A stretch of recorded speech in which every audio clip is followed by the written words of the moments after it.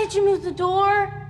Hello friends, welcome back to our channel. तो दोस्तों, जब भी हम किसी सुपर हीरो की ग्रैंड डेब्यूट के बारे में सोचते हैं तो नशे में लड़खड़ाना शायद सबसे लास्ट चीज होती है जो दिमाग में आती है। लेकिन जेम्स गन का डीसीयू विजन कुछ और ही है, ज्यादा कॉम्प्लेक्स, ज्यादा इमोशनल और काफी अनएक्सपेक्टेड। क्योंकि दोस्तों, सुपरमैन 2025 के एंड में हम देखते हैं कारा जोरल को, यानी super girl fortress of solitude में एंट्री करती है। लेकिन वहाँ सीधा खड़ा रहना भी मुश्किल हो रहा है उसके लिए, और हाँ, वो क्लियरली ड्रंक है। और फिर जब ये सीन आया तो लोग या तो हंस पड़े या फिर कंफ्यूज्ड हो गए। लेकिन सच ये है कि ये कोई रैंडम कॉमिक मोमेंट नहीं था। ये सीन एक्चुअली एक इमोशनल सेटअप है, एक पावरफुल बिगिनिंग जो सुपर गर्ल की जर्नी को डीसीयू का मोस्ट रॉ, हार्ट ब्रेकिंग और रियल स्टोरी लाइन बनाने वाली है। तो दोस्तों, आओ समझते हैं कि सुपर गर्ल नशे में क्यों थी और ये उसकी 2026 की solo movie super girl woman of tomorrow से कैसे कनेक्ट होता है और डीसीयू के फ्यूचर में इसका क्या इम्पैक्ट हो सकता है। सुपर गर्ल की सुपरमैन में एंट्री, थोड़ी वाइन थोड़ा ट्रॉमा। दोस्तों, मूवी में क्लार्क कैंट लुइस लेन को अपने क्रिप्टोनियन डॉग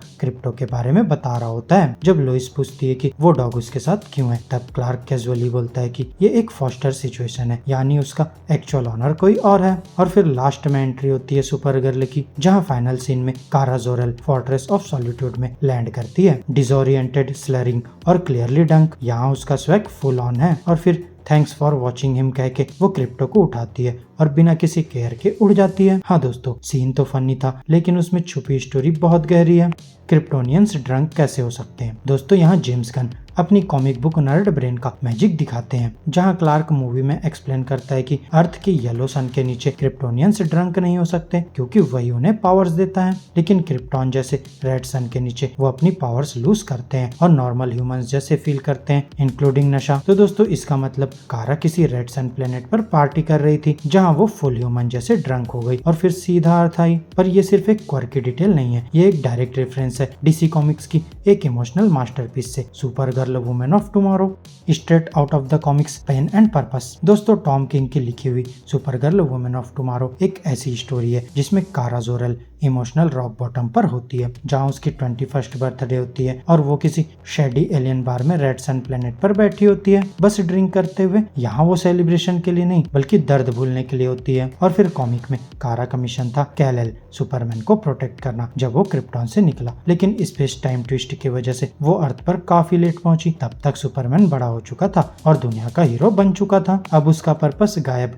उसका दर्द अंदर दबा हुआ और उसकी आइडेंटिटी टूटी हुई। तब वो एक इंटरस्टेलर जर्नी पर निकलती है, एक छोटी एलियन लड़की रूथी के साथ रिवेंज लेने के लिए, पर असल में अपने खुद के आंसर्स ढूंढने के लिए। और दोस्तों, गन की सुपर गर्ल का वर्जन भी इसी ट्रेजिक पाथ पर लग रहा है, जिसमें वो एंग्री, बिटर और इमोशनली लॉस्ट है। सुपरमैन वर्सेस सुपर गर्ल, एक दिल तोड़ने वाला कॉन्ट्रास्ट। दोस्तों, सुपरमैन मूवी में क्लार्क अपनी एलियन रूट्स और अर्थ अपब्रिंगिंग के बीच आइडेंटिटी को समझने की कोशिश कर रहा होता है, लेकिन उसकी लाइफ में लव था, फैमिली थी, एक होम था जहां उसे एक्सेप्ट किया गया। पर कारा के साथ सब उल्टा हुआ। उसने क्रिप्टॉन को याद रखा है, उसने सब कुछ खोया, अपने माँ बाप, कल्चर और घर को। और फिर जब वो फाइनली अर्थ आई तो पता चला कि उसका छोटा कजन सुपरमैन बन चुका है, उससे ज्यादा बड़ा सिंबल और एक ग्लोबल सेवियर। और फिर कारा बस एक फ्लोटिंग शेडो बन गई। तो फिर यही इमोशनल डिस्कनेक्ट, सर्वाइवर्स गिल्ट और आइडेंटिटी क्राइसिस है जो गन ने उस ड्रंक कैमियो में दिखाया। और वो कहना चाहते हैं ये सुपर गर्ल ब्रोकन है, ये सुपर गर्ल एंग्री है और ये सुपर गर्ल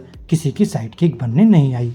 क्या ये डीसीयू को बदल देगा? दोस्तों, सुपर गर्ल का आर्क सुपरमैन का फॉलो अप नहीं है, ये उससे अलग है, ज्यादा पर्सनल, ज्यादा कॉस्मिक और ज्यादा रियल। और फिर super girl woman of tomorrow 2026 एक ऐसी कहानी बनने वाली है जो सुपरमैन मूवी में छुपी इमोशनल लेयर्स को एक्सप्लोर करेगी, जिसमें क्रिप्टॉन से बचने का ट्रॉमा, लेगेसी का प्रेशर और एक अकेलापन जो सुपरमैन कभी फील नहीं करेगा। और दोस्तों, अगर सुपरमैन का थीम था who you want to be, तो सुपर गर्ल का होगा व्हाई यू इवन सर्वाइव्ड। और फिर उस सवाल का जवाब कारा सिर्फ अपने लिए ढूंढने वाली है, ना क्रिप्टॉन के लिए ना सुपरमैन के लिए, बस दोस्तों अपने लिए।